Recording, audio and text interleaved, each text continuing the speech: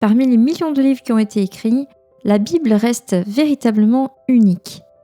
Elle seule est la parole de Dieu, inspirée de l'Esprit et investie du pouvoir et de l'autorité de Dieu. En tant que telle, elle est infaillible, suffisante et efficace. La Bible est d'une valeur insurpassable. En tant que parole de Dieu, nous sommes tenus d'y croire, d'y obéir, de l'étudier, de l'honorer et de la défendre. La Bible déclare à maintes reprises qu'elle est inspirée de Dieu. L'Ancien Testament s'identifie comme étant la parole de Dieu plus de 300 fois avec l'expression « parole de l'Éternel », qui décrit la révélation de Dieu transmise par ses messagers, apparaissant plus de 250 fois. Les auteurs du Nouveau Testament considéraient également l'Ancien Testament comme inspiré de Dieu, ce qui explique qu'il les citait plus de 300 fois en précisant qu'il s'agissait des Écritures. Non seulement les apôtres considéraient l'Ancien Testament comme les Écritures, mais ils ont aussi déclaré que c'est le Saint-Esprit qui a inspiré ces écrits. La Bible, dans sa totalité, déclare sans équivoque être la parole de Dieu, et que la parole s'est faite chair en la personne de Jésus. Est-il possible de vérifier ces dires ? Par quel fait, à l'appui, peut-on démontrer que la Bible est divinement inspirée de Dieu ? Il est possible de vérifier plusieurs sources de données. Il y a une cohérence remarquable dans les Écritures. Bien qu'elle ait été écrite sur une période d'environ 1600 ans par au moins 40 auteurs humains issus de milieux très variés, y compris des rois, des sacrificateurs, des médecins, des pêcheurs, des bergers, des théologiens, des hommes d'État, des percepteurs d'impôts, des soldats, des scribes et des agriculteurs, elle ne contient aucune lacune dans les récits. Les faits spécifiques et les vérités de la Bible se corroborent entre eux à la perfection du début à la fin, ce qui prouve qu'elle dit vrai en déclarant avoir été inspirée de Dieu, omniscient et véritable. Prenons l'exactitude de la science. Bien sûr, elle n'a pas été écrite à titre de traité scientifique, mais des descriptions de faits observables et de processus naturels sont on ne peut plus exactes. C'est l'évidence même du fait que son auteur est aussi le créateur de tout ce qui existe et qu'il connaît le dessous de toute chose. Par exemple, le prophète Ésaïe décrit le cycle hydrologique. Vous pouvez le voir dans Ésaïe 55, verset 10, Job, chapitre 36, versets 27 à 28, et Ecclésiaste, chapitre 1, verset 7. C'est un certain William Harvey qui a découvert au XIIe siècle l'importance capitale du système circulatoire du corps humain. Pourtant, des milliers d'années plus tôt, la Bible a déclaré que la vie de la chair réside dans le sang. Genèse chapitre 9, verset 4. Dans l'Antiquité, les Mésopotamiens croyaient que la terre était plate. Pourtant, dans Job chapitre 26, verset 10, il est dit que Dieu a tracé un cercle à la surface des eaux comme limite entre la lumière et les ténèbres, décrivant ainsi la terre comme un globe circulaire. De même, dans Job chapitre 38, verset 14, compare la terre à une empreinte cylindrique dans l'argile malléable, indiquant ainsi qu'elle tourne sur son axe, et Ésaïe 40, verset 32, déclare que Dieu est assis au-dessus du cercle de la terre. La Bible décrit aussi des vérités qui sont restées inconnues jusqu'à l'avènement des découvertes scientifiques modernes. Genèse, chapitre 22, verset 17, compare le nombre des étoiles au nombre des grains de sable au bord de la mer, tandis que Jérémie a dit que le nombre des étoiles est si grand qu'il est incalculable. Jérémie, chapitre 33, verset 22. Pourtant, il y a moins de 5000 étoiles qui se voient à l'œil nu, ce qui constitue un nombre loin d'être incommensurable et incalculable. En se servant de puissants télescopes modernes, les astronomes estiment maintenant qu'il y a au bas mot 100 milliards d'étoiles dans notre seule galaxie, et des milliards de plus dans d'innombrables autres. Toute la science repose sur les premières et deuxièmes lois de la thermodynamique, mais même si elles n'ont été formulées qu'au début de la révolution industrielle, l'écriture évoque les deux. La première loi stipule que l'énergie se conserve, c'est-à-dire qu'on ne peut ni la créer ni la détruire. Genèse chapitre 2, versets 2 et 3 explique pourquoi il est impossible de créer de l'énergie. L'activité créatrice de Dieu a pris fin, tandis que l'œuvre de la préservation de sa création, voir Colossiens chapitre 1 verset 17 et Hébreux chapitre 1 verset 3, garantit qu'aucune énergie ne pourra être détruite. La Bible affirme aussi la deuxième loi de la thermodynamique, le principe selon lequel l'entropie, ou désordre, ne fait que croître. Ainsi donc, tout dans l'univers ne cesse de se détériorer et non d'évoluer. La deuxième loi tire ses origines de la chute. Genèse chapitre 3 versets 1 à 24. La désobéissance d'Adam et Ève a non seulement plongé la race humaine dans la destruction qu'entraîne le péché, mais elle a produit un effet catastrophique sur l'univers physique. À ce sujet, Paul a écrit « Car la création a été soumise à la vanité, non de son gré, mais à cause de celui qui l'y a soumise.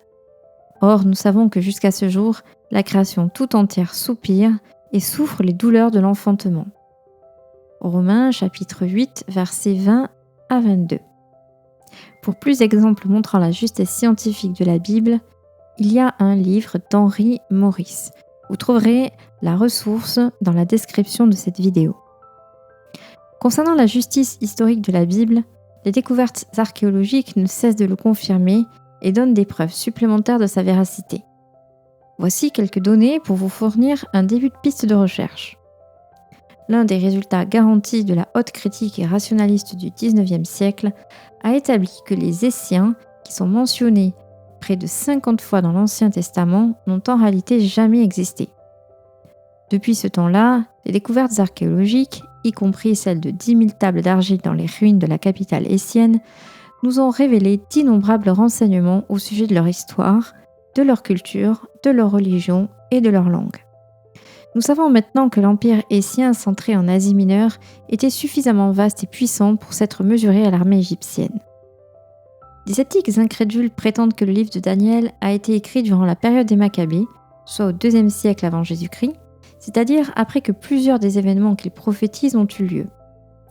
Pourtant, on a découvert plusieurs copies du livre de Daniel parmi les rouleaux de la mer morte, découverts à Qumran, qui sont datés d'à peine un demi-siècle après la date à laquelle les critiques prétendent que le livre de Daniel a été écrit. Ainsi donc, la théorie selon laquelle ce livre aurait été écrit au IIe siècle avant Jésus-Christ est indéfendable, puisque la communauté qui a découvert les rouleaux de la mer morte considérait clairement Daniel comme un prophète dans ses propres écrits. Ce qu'elle n'aurait pas fait si seulement 50 années s'étaient écoulées depuis la rédaction du livre de Daniel. La seule conclusion raisonnable à tirer consiste à affirmer qu'il a été écrit beaucoup plus tôt, au cours du VIe siècle avant Jésus-Christ. En commentant les prophéties de Daniel, voici ce que Gleason Archet, un éminent linguiste issu de Harvard, expliquait.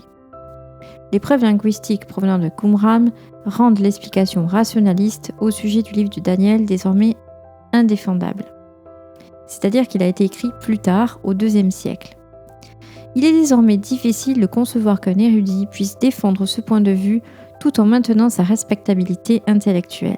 Pour résumer, les contributions que l'archéologie a apportées à l'appui de la justesse historique de la Bible, voici ce que l'archéologue Thompson a écrit. Nous sommes maintenant parfaitement justifiés de dire que l'archéologie biblique a beaucoup fait pour corriger l'impression très répandue à la fin du XIXe siècle et au début du XIXe siècle que l'histoire biblique a été relatée sans trop de justesse en plusieurs endroits. S'il y a une impression qui perdure de manière plus claire que tout autre de nos jours, c'est certainement que l'historicité de la tradition de l'Ancien Testament dans son ensemble est admise de tous. Dans ce contexte, il convient de citer les paroles de Albright. Nul ne peut douter que les découvertes archéologiques confirment de l'historicité substantielle de la tradition de l'Ancien Testament. Les prophéties accomplies sont un élément de preuve encore plus frappant quant au fait que la Bible est bel et bien la parole de Dieu. Aucun être humain ne peut prédire les événements à venir. Les auteurs de la Bible l'ont fait avec une exactitude détaillée qui est impossible à attribuer à la seule capacité chez une personne de prévoir, d'anticiper ou de faire coïncider les événements. Les chances pour que de telles prophéties s'accomplissent par hasard sont tout ce qu'il y a de plus minime. Mais les prophéties de la Bible s'accomplissent. Plus de 100 prédictions dans l'Ancien Testament se sont accomplies sur la venue de Jésus. Aucune autre preuve n'est plus convaincante que le témoignage du Seigneur Jésus. Les documents néo-testamentaires qui renferment son témoignage sont les documents de l'Antiquité les mieux attestés de tous. Il existe beaucoup plus d'anciens manuscrits néo-testamentaires que tout autre écrit de l'Antiquité et l'intervalle entre eux et les originaux est beaucoup plus court. Donc, faire preuve de scepticisme envers le texte des livres néo-testamentaires revient à laisser toute l'Antiquité classique sombrer dans l'obscurité, car aucun document issu de l'Antiquité n'est mieux attesté sur le plan bibliographique que le Nouveau Testament. Jésus a établi la véracité de l'autorité de l'Écriture. Citant l'Ancien Testament plus de 60 fois, il a enseigné que la totalité de ce dernier constituait la parole de Dieu infaillible et ayant pleine autorité divine. Il a déclaré à ce sujet que, je cite, « L'Écriture ne peut être anéantie » Jean chapitre 10, verset 35. Et « Il est plus facile que le ciel et la terre passent qu'il ne l'est qu'un seul trait de l'être de la loi vienne à tomber. » Luc chapitre 16, verset 17 et Matthieu chapitre 5, verset 18. Christ a aussi confirmé l'historicité de nombreux personnages et événements de l'Ancien Testament, y compris la rencontre entre Moïse et Dieu au buisson ardent, la réception de la loi par Moïse, le don de Dieu de la manne à Israël, le serpent d'airain par lequel les Israélites ont été guéris des morsures de serpents, la mission de Jonas auprès des Ninivites, y compris son séjour dans le ventre d'un poisson, la visite chez Salomon de la reine de Séba, le ministère d'Élie envers la veuve de Sarepta et la prophétie des 70 semaines de Daniel. Jésus a aussi parlé de Genèse comme relatant des événements historiques véridiques, contrairement à de nombreuses personnes qui considèrent ces chapitres comme un mythe ou une allégorie. Jésus a enseigné qu'Adam et Ève ont été créés au début de l'histoire et non des milliards d'années plus tard. Le Seigneur a aussi confirmé l'historicité et l'universalité du déluge, la destruction de Sodome, la mort de la femme de Lot et l'existence des patriarches. Soit que Jésus savait que les Écritures étaient infaillibles et qu'il la déclarait, soit qu'il ignorait et qu'il la déclarait à tort, ou encore il les savait infaillibles et il a menti. Dans le premier cas, il est Dieu. Dans le deuxième cas, il n'est pas Dieu et il est fou. Dans le troisième cas, il est le diable. Jésus a prédit sa résurrection dans Jean chapitre 2, versets 15 à 21. L'Esprit conduit ceux qui croient en Christ dans toute la vérité. Cette promesse, comme celle dans Jean chapitre 14, verset 26, évoque la révélation surnaturelle de l'Esprit au sujet de la personne et des enseignements de Christ. Elle sert pour le Seigneur à authentifier à l'avance les auteurs du Nouveau Testament. Le Saint-Esprit, qui a inspiré l'Ancien Testament, inspirera aussi le Nouveau. Il est impossible que l'Esprit de vérité inspire l'erreur. La Bible est pleinement véridique. L'inspiration s'applique à toute l'Écriture. 2 Tite, chapitre 3, verset 16. Et s'étend aux mots même que les auteurs ont employés. 1 Colossiens, chapitre 2, verset 13, et voir aussi 2 Samuel, chapitre 23, verset 2. L'inspiration de la Bible exclut aussi tous les écrits extra-bibliques. Les 66 livres de la Bible comprennent à eux seuls la révélation complète et finale que Dieu fait à l'homme. La Bible se termine par une mise en garde solennelle visant à dissuader quiconque d'altérer l'Écriture en y ajoutant ou en soustrayant quoi que ce soit. Étudier la Bible sans être rempli de l'Esprit et sans marcher dans l'Esprit ne mène à rien. C'est le témoignage du Saint-Esprit qui atteste en définitive la véracité de l'Écriture. Bien que l'unité cohérente, l'exactitude scientifique, la vérifiabilité historique et la prophétie accomplie de la Bible la rendent toute unique, en fin de compte, seul le Saint-Esprit peut convaincre les pécheurs perdus de son inspiration divine. L'Esprit atteste donc la véracité de l'Écriture dans le cœur des hommes. L'Esprit doit œuvrer dans la vie des gens pour que ceux-ci changent leur perception tant de la Bible, la parole écrite, que de Jésus-Christ, la parole incarnée. Cette œuvre souveraine qui s'accomplit dans le cœur et l'esprit convainc les hommes et les femmes que la Bible est inspirée de Dieu, que toutes les paroles qu'elle contient sont fiables et que son message au sujet de Jésus est vraiment la bonne nouvelle du salut. Le vrai croyant aime la parole de Dieu. et y croit en raison de l'œuvre de l'Esprit en lui. 1 Colossiens chapitre 2 versets 4 à 5, versets 14 à 16, et voir aussi Matthieu chapitre 16 versets 16 à 17, Jean chapitre 6 versets 64 à 70, Romains chapitre 8 versets 5 à 8, et enfin Galates chapitre 1 versets 15 à 16. L'épreuve confirme et atteste ce don divin de la confiance dans la Sainte Écriture. Nous devons faire un choix. Il y avait 3 croix sur le mont Golgotha. Au milieu, celle du Seigneur et du Sauveur. À sa gauche et à sa droite, 2 criminels. L'un se moquait de Jésus et lui disait « Si tu es le Messie, sauve-toi toi-même, descends de ta croix ». Il ne s'est pas repenti de sa méchanceté et de ses crimes. Il n'a pas cru en Jésus. C'est la croix de celui qui est perdu. Il avait la vérité à ses pieds, il a choisi de la rejeter. Il n'a pas voulu reconnaître sa misère spirituelle. D'après les Écritures, il est perdu à jamais dans le séjour des morts à l'heure actuelle. L'autre criminel a reconnu qu'il méritait la croix, mais il a cru en Jésus. Et il lui a dit « Souviens-toi de moi quand je vais mourir ». Jésus lui a dit « En vérité, je te le dis, tu seras dans peu de temps avec moi au paradis ». C'est la croix de celui qui est sauvé. Il s'est humilié devant Dieu, a reconnu ses péchés et son état misérable. Le salut de son âme lui a été accordé par la seule base de sa repentance et de sa foi. Et il n'y a rien de plus grand dans sa vie que l'on puisse faire que venir s'agenouiller au pied de la croix et demander pardon à Dieu pour nos péchés, de lui ouvrir notre cœur. Le Seigneur abaissera les orgueilleux et élèvera les humbles de cœur. L'existence de Jésus n'est plus approuvée. Maintenant, pourquoi n'a-t-on jamais retrouvé son corps ? Pourriez-vous prouver que Christ n'est pas ressuscité ? Car sans résurrection, plus de christianisme. Jusqu'à présent, personne n'a prouvé le contraire. Je vous invite à lire Romains chapitre 1 versets 1 à 4. Croyez-vous que des milliers d'hommes pourraient mourir d'avoir fabriqué un mensonge ? Les apôtres l'ont vu ressusciter et plus de 500 personnes. Vous trouvez à l'heure actuelle des milliers de gens à travers le monde qui attestent de son existence car il s'est manifesté de manière concrète à eux. Le Seigneur Jésus-Christ continue de faire des miracles encore aujourd'hui. Il guérit des maladies incurables. Il délivre de la drogue et tout plein d'autres addictions et péchés. Il guérit des cœurs spirituellement, et c'est ce qui est le plus grand de tous les miracles. J'ai personnellement vu sa main agir puissamment.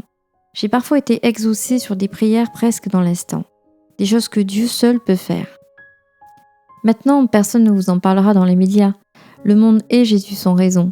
Les médias préfèrent parler de politique corrompue, de people et de la dernière recette à la tarte à la fraise au JT. Le monde ment à longueur de journée et on préfère croire au mensonge qu'à la vérité. Parce que la vérité de Dieu nous dérange. Parce que soudain, il y a un créateur et il y a sa loi, ce qui veut dire qu'on doit rendre des comptes de nos agissements, car aucun homme non repenti ne fait la volonté de Dieu. Cela est impossible. On croit être libre, sans foi, sans loi, mais on ne sait pas que nous sommes nus et aveugles. On ne sait pas que nous sommes esclaves et que nous crachons sur la vérité de l'Évangile qui peut nous affranchir de l'esclavage. Dans Marc chapitre 16 versets 9 et 10, nous pouvons dire qu'on ne discrédite pas les hommes pour honorer les femmes en ce temps-là. Ces femmes racontent la vérité. Dites-vous bien que nous ne fabriquons pas un mensonge pour honorer la femme. Pas à cette époque-là. Comme je l'ai dit, il n'existe pas de question plus importante que la suivante. Qui est Jésus ? Qu'est-ce que la vérité ? Ses implications sont profondes et son importance inégalée. Tout au long de l'histoire, cette question a même engendré beaucoup de confusion et de débats. C'était déjà le cas à son époque, lorsqu'il a demandé « Qui suis-je aux yeux des hommes ? Moi, le Fils de l'homme ?» Pierre est celui qui lui a donné la bonne réponse en lui disant « Tu es le Christ, le Fils du Dieu vivant ». L'Écriture fournit d'abondantes confirmations de l'affirmation de Pierre sur la véritable identité du Christ. Jésus se fait appeler Dieu, « Je suis », l'Éternel, le Seigneur des Seigneurs, l'Alpha et l'Oméga. Il est le créateur de l'univers et celui qui le fait subsister, c'est lui qui ramène les morts à la vie. La Bible affirme qu'il est Dieu. En dépit de la clarté indéniable de l'Écriture, il y a des sceptiques qui nient ce qu'elle affirme avec tellement de perspicacité. Dans leur incrédulité, ils considèrent le Christ de l'Écriture comme un personnage mythique. ou un simple homme dirigeant d'une secte, que ses disciples en ont inventé toute une histoire, allant jusqu'à mourir en martyr pour quelqu'un de mort sur une croix ou pour un mensonge dont ils en seraient les auteurs. À leur avis, le Jésus de Nazareth véritable ou historique était un critique social, un philosophe cynique itinérant, un sage aux idées conformes à son temps, mais assurément pas le Messie, le Fils de Dieu, le Dieu qui s'est fait chair. Il traite donc Dieu de menteur ainsi que ses disciples. Mais le Nouveau Testament est le document le mieux attesté de l'Antiquité, je le redis. L'idée que les disciples de Jésus auraient inventé de toutes pièces le récit biblique de la vie de Jésus est elle aussi totalement dénuée de toute crédibilité. Je le redis encore une fois, qu'aurait-il eu à gagner en agissant ainsi de la sorte ? Les apôtres se sont fait arrêter, rouer de coups, emprisonnés, exilés et martyrisés. Et l'Église primitive a fait face à une opposition féroce ponctuée de vagues de persécutions sauvages. Eusèbe, le père de l'Église au IVe siècle, a d'ailleurs fait remarquer l'absurdité des gens qui prétendent que les disciples étaient des imposteurs. Je cite : « Je demanderai donc à quoi servirait-il de soupçonner que les auditeurs des enseignements de Jésus, qui maniaient eux-mêmes avec maîtrise de telles instructions, aient inventé le récit de l'œuvre de leur maître. Comment penser qu'ils aient tous convenu de mentir ? Aucun argument ne saurait prouver qu'un si grand nombre d'hommes aient pu être indignes de confiance, eux qui ont épousé une vie de sainteté et de piété, qui ont considéré leurs propres intérêts comme dénués d'importance, eux qui ont choisi une vie de pauvreté et qui ont raconté à tous les hommes, comme d'une seule bouche, les mêmes faits au sujet de leur maître. Dites-moi, je vous prie, si une telle entreprise ingéniée par de tels hommes pourrait tenir la route. D'où pourrait venir la preuve générale et cohérente de tout ce qu'ils ont soutenu, et leur accord même jusque dans la mort. Nul doute qu'ils avaient tous vu la fin de leur enseignement et la mort qu'ils avaient connue. Pourquoi alors, après avoir vu sa misérable fin, n'ont-ils pas changé d'avis ? Pourquoi ont-ils bâti une théologie à son sujet après sa mort ? Désiraient-ils partager son sort ? Personne ne choisirait certainement de manière raisonnable un tel châtiment les yeux grands ouverts. L'argumentation d'Eusèbe se poursuit jusqu'à la fin du chapitre 5 du 3e tome, démolissant l'idée que les disciples étaient des imposteurs. La présence de nombreux témoins oculaires de la vie de Jésus, dont plusieurs lui sont hostiles, aurait aussi rendu impossible pour ses disciples de répandre des mensonges à son sujet. Par exemple, s'il n'était pas réellement ressuscité des morts, comme ses disciples l'ont dit, ses ennemis auraient pu tout simplement présenter son corps. S'il l'avait fait, la foi chrétienne aurait été immédiatement discréditée. De plus, la mise par écrit des récits des évangiles s'est terminée alors même que beaucoup de ces témoins oculaires étaient encore en vie. Si les auteurs des évangiles avaient menti au sujet de ce que Jésus a dit ou fait, ces témoins oculaires auraient pu facilement dénoncer leur supercherie. D'autres points de vue blasphématoires, présumant que Jésus était un menteur, un lunatique, un mystique, ne valent pas mieux. Il n'explique en rien son noble caractère tel que le Nouveau Testament nous le révèle. Par exemple, l'historien ecclésiastique Philippe Schaff réagit aux accusations selon lesquelles Jésus aurait été un menteur. Je cite : « Comment, au nom de la logique, du bon sens et de l'expérience, un imposteur, c'est-à-dire un homme séducteur, égoïste et dépravé, aurait-il pu inventer et manifester en toute cohérence, du début jusqu'à la fin, le caractère le plus pur et le plus noble connu dans toute l'histoire, avec l'apparence la plus parfaite de vérité et de réalité ? Comment aurait-il pu concevoir et traduire dans la réalité un plan de bienveillance sans parallèle, de grandeur morale, de sublimité et de sacrifice de sa propre vie face aux préjugés les plus forts de son peuple et de toutes les générations ? Lewis s'oppose farouchement à la notion selon laquelle Jésus aurait été un fou. Je cite : « La difficulté historique est très grande de donner pour la vie, les paroles et l'influence de Jésus une explication qui ne soit pas plus difficile que l'explication chrétienne. La discordance entre d'une part la profondeur et l'équilibre, et j'ajoute la perspicacité de son enseignement moral, et d'autre part la mégalomanie effrénée qui doit se dissimuler derrière son enseignement théologique, à moins en vérité qu'il ne soit Dieu, n'a jamais été résolue de manière satisfaisante. D'où les hypothèses des non-chrétiens qui se suivent avec une ahurissante fécondité. Il est également ridicule de percevoir Jésus comme un mystique, dont la déclaration selon laquelle il aurait été Dieu n'aurait rien de remarquable puisque tout le monde serait Dieu. Bien que de telles affirmations soient courantes dans les religions orientales, elles auraient entièrement été étrangères au judaïsme du 1er siècle. Loin d'accueillir Jésus en tant que gourou illuminé, les Juifs d'alors s'indignaient de ce qu'il se disait être Dieu. Résultat, ils l'ont accusé de blasphème et l'ont crucifié pour avoir déclaré être l'égal du seul vrai Dieu. Le seul point de vue qui explique correctement la vie parfaite, les enseignements profonds, la mort sacrificielle et la résurrection miraculeuse de Jésus est celui de la Bible, c'est-à-dire que Jésus est venu en tant que Dieu incarné. Aucun autre point de vue ne tient la route.